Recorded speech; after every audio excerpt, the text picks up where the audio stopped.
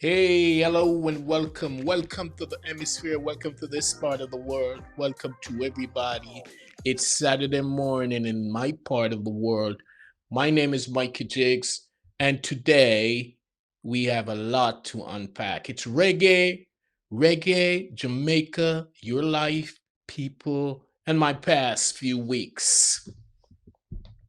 It's all about Saturday morning live with Mikey Jiggs. Guess what? So I took a trip down to Jamaica just to have a family reunion. It was a beautiful thing. I went out, go to the airport was pretty cool. You get through and you were always traumatized by going through the airport. I took my shoes off, dressed so that I could not have any delays when I was going through Baltimore airport. Got on my flight and was an easy cruise down to Jamaica, down the East Coast and over Cuba and into Kingston, into Montego Bay. Montego Bay, that's where that flight or that plane, that airline that I rode on, that's where they stop in Montego Bay. It was a cool ride down, a cool ride down. And when I got to Montego Bay, got on a bus and rode into Kingston. Took me about, a little bit over 3 hours. Got downtown. By then, I was beat. I was tired, so I went to bed for that night. And then woke up the next morning to some breakfast, and then I was off to the country, off to the hills of Clarendon, up in a place called Lesterfield. And then we got there and we did a few things, settled down for that day, kind of gathered a few things because it took us a little while to get up there. Did some shopping and get ready and prepare for the next day when the family would join us for a day of religious celebration and just getting together. Family just get together, meet new people who we haven't seen in years for the last 2 years or since COVID, meet the young ones, kind of meet some neighbors, and kind of just talk about life and how things been going since COVID came around. And believe me, there's lots of conversation. And of course, we had met some people and we talk about our history too. On that property, our grandparents and great grandparents and lots of people are laid to rest and they're there. And so, some people went by there and all us black people do. We go back to the ancestors and have a conversation. Have quite all kinds of conversations with them, right? But you know how that go. And then we get together, and one of the main part of this year was always one of the highlights is always of what we share, right? And believe me, we black people all over the world, Jamaican people, Caribbean people, African people, black people in America, one thing we love is food, right? And we get together over food. So here's that process, which I'm going to describe to you. So one of the favorite food in Jamaica or into the Caribbean. I don't know so much about the rest of the Caribbean, but Jamaica is goat meat, right? So we cook our goat and we cook it in a particular way. We cook it in a, get a whole goat. You cut it up, you killed, and then takes the parts, separate the parts, and then cut the goat into small bite size, right? And then you season that with curry and pepper and then just cook that, right? And that takes a little time to cook, right? Usually that's consumed with white rice, right? So you cook like a huge pot of white rice or whatever rice you want, or food like yam, banana, dumplings, right? Where the main things you could put some cocoa, some pumpkins and stuff, and just cook all of that up, and then we'll have that as a meal, right? Now, we had to supplement that because we didn't know all the people that were coming, the number of the people, but we expected like close to 75 or so, but we have to cater for probably more than that. So we had to supplement that. We had chicken, right? We had lots of chicken. We have curry chicken, we had fried chicken, and we have other things. Chicken is staple all over the world. It appears to me everybody eat chicken, right? Even though some of us, eat it to a lesser extent, right? So we had chicken and we had curry goat and we had food, and then we had drinks. And now, one of the hard thing is I don't drink like that, but there's lots of people who drink, and so we had alcohol. We had rum, real Jamaican, 100% proof rum. We had that, and those guys consume that in seriously. You know what I mean? We had beer, we had all kind of things. One thing though, after all of that celebration and all the things that went on, There were some things that were disturbing to me. Apart from the crime, I'm going to highlight something else that was kind of disturbing to me and that I did not like. I did not like the fact that when I went to shop, I could not find a Jamaican haberdashery or a grocery store or a wholesale. A Jamaican person was running that in that area that I was passing through. I'm talking about Chapelton, not Chapelton, Christiana and Spaldings and that area before we get down to Lesterfield, right? So I walked into this place and was run by Asian, right? Now, Jamaicans have always been in the Caribbean, or they came as indentured servants, but now they're coming in a different way, right? I don't have anything against those people. My only thing is that there should be parity, right? So if there's a Jamaican shop, there should be a Jamaican shop where there's a Korean or a Chinese shop somewhere so that you can make the choice between that. But I find that it's probably because Jamaicans don't want to do it, right? And so if there's that vacuum there, somebody has to do it. And it just happens that the Chinese are best suited to do that. And they do really good business, right? So I don't have anything at all against them. But I want to think about it and think about you guys to think about it some more. Should we be getting into that kind of business? And will our people support us if we're in that kind of business? Right? Because that is the key that's important. Will we have the support? Because here in America, I've seen people who cry all the time and say, well, we don't have this in our corner and we don't have this in our community. And then a sister or a brother went and invest their money and then all the food spoiled in their place, right? Even where I live in Maryland, and when I go to the store, I try to go to the Jamaican owned and operated Caribbean store. But if you go and sit outside the Chinese, Korean, Asian operated store, there's more people flocking there than to the Jamaican store, which is down the street. It's not that they don't sell the same product, it's the same product, same quality product, right? But they don't go. But there are other little things that may contribute to that, which I'll go touch on in a little bit. But back to Jamaica. So, does our people want to be in that kind of business? Does our people know how to run those kind of business? Do our people know how to treat people when they come into the business, or just our business is just run on a handshake? Because down in Lesterfield where we were, there were several shops. Now there's no shop. No shop. A few people set up on the side of the road, little shacks where they sell things.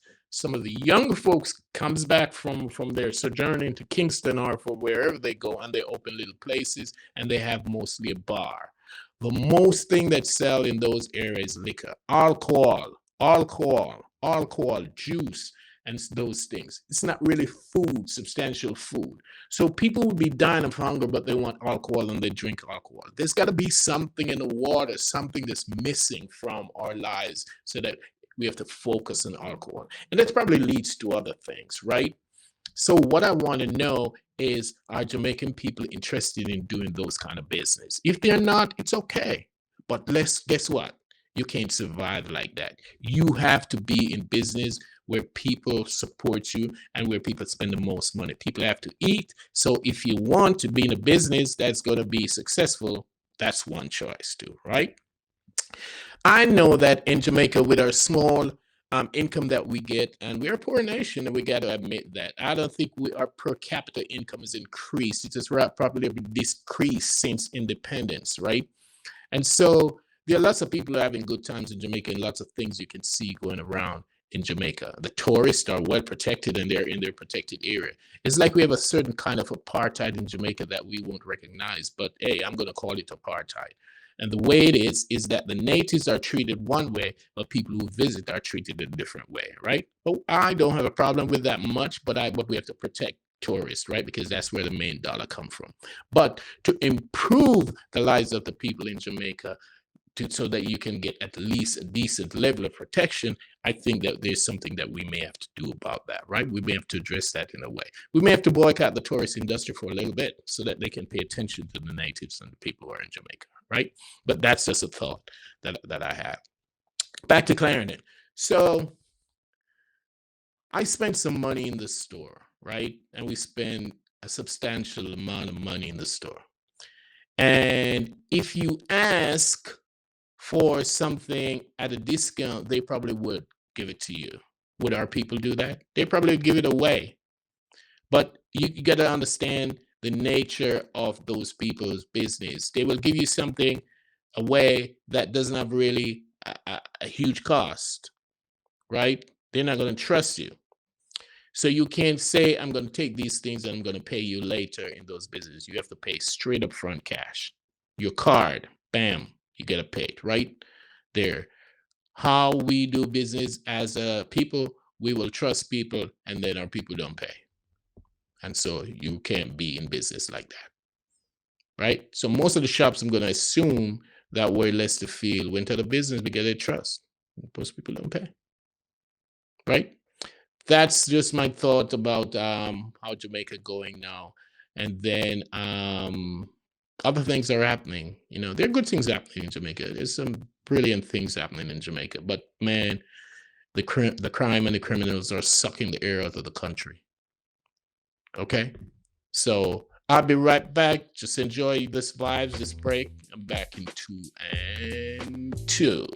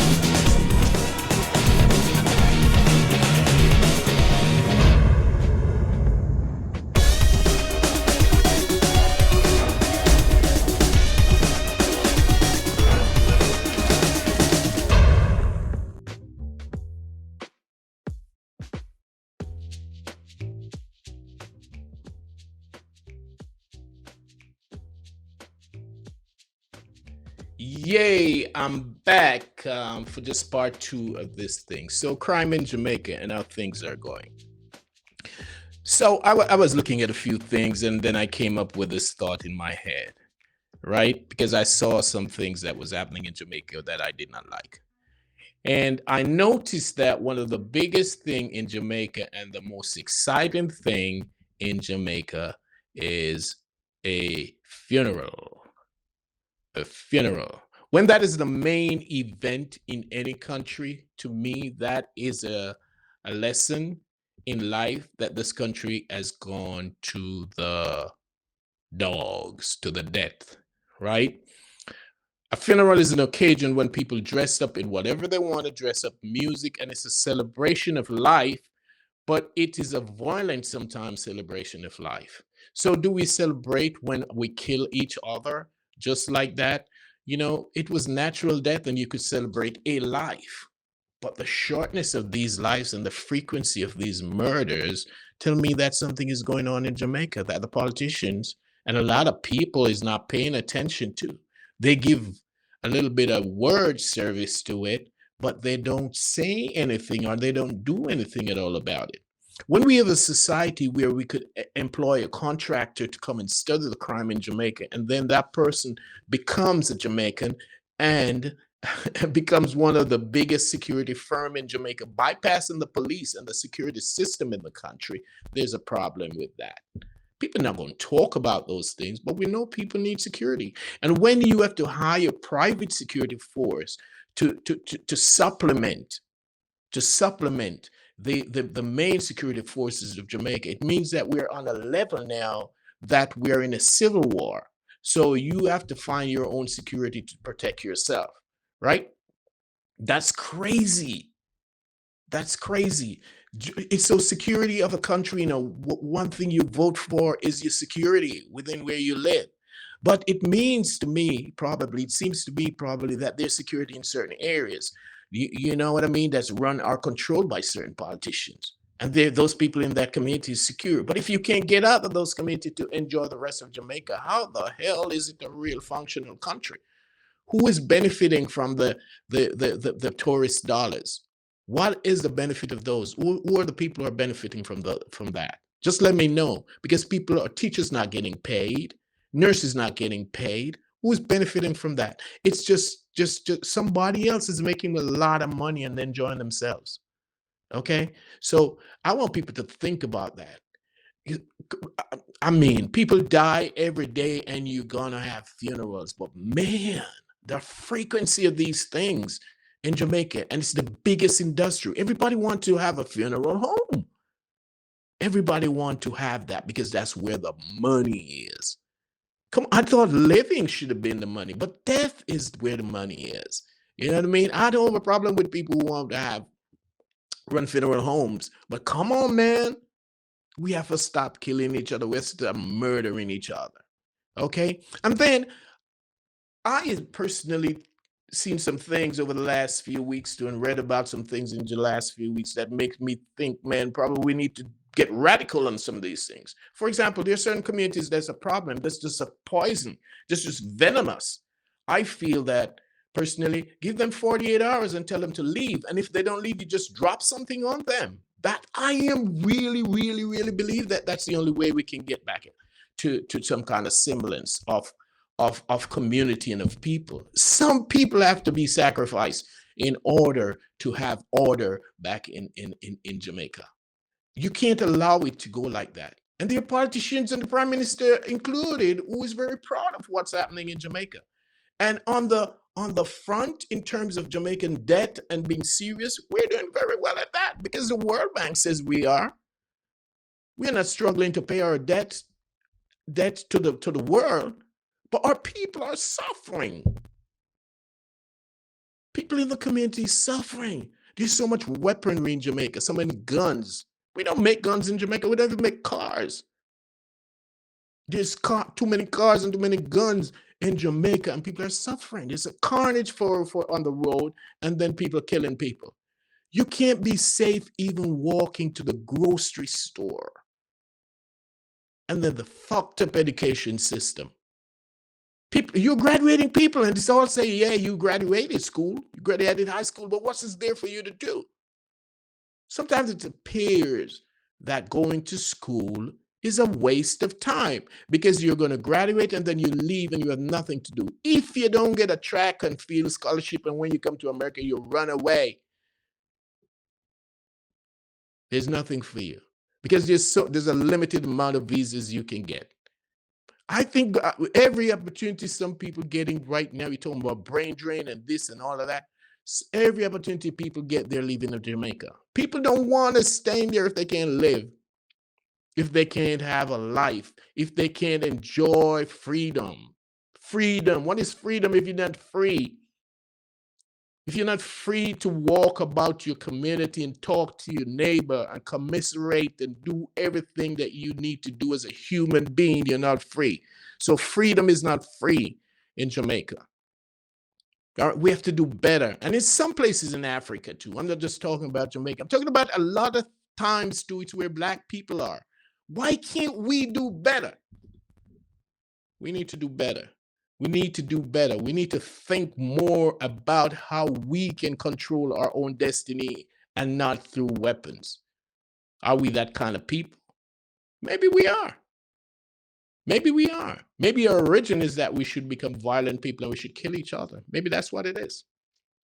And then the churches. What the fuck are they doing for this country? Making money and selling people on some gooly that is not possible or not reasonable. It doesn't make any sense at all, but that's my opinion. I know a lot of people and I support a lot of people who are deep in their church and their religion. Good for you, but I don't see the benefit of that for anybody. Okay? Jamaica is churchified. Jamaica is barified. They probably get more spirit from the bar and more satisfied when they leave the bar than when they leave the church, because you have to be dodging bullets coming out of both of those things. It's crazy, and we need to do better. So my message today is, yes, we can reunite as a family and we can do good. But listen, when we do those things, and unite. We are afraid to go home because of the crime and the violence. We need to do better. So those are my thoughts today. Just want to hang out with Saturday Morning Vibes with Mikey Jiggs. And this is me, and this is how I roll. And so thank you very much, and have a wonderful rest of your weekend, and stay dry.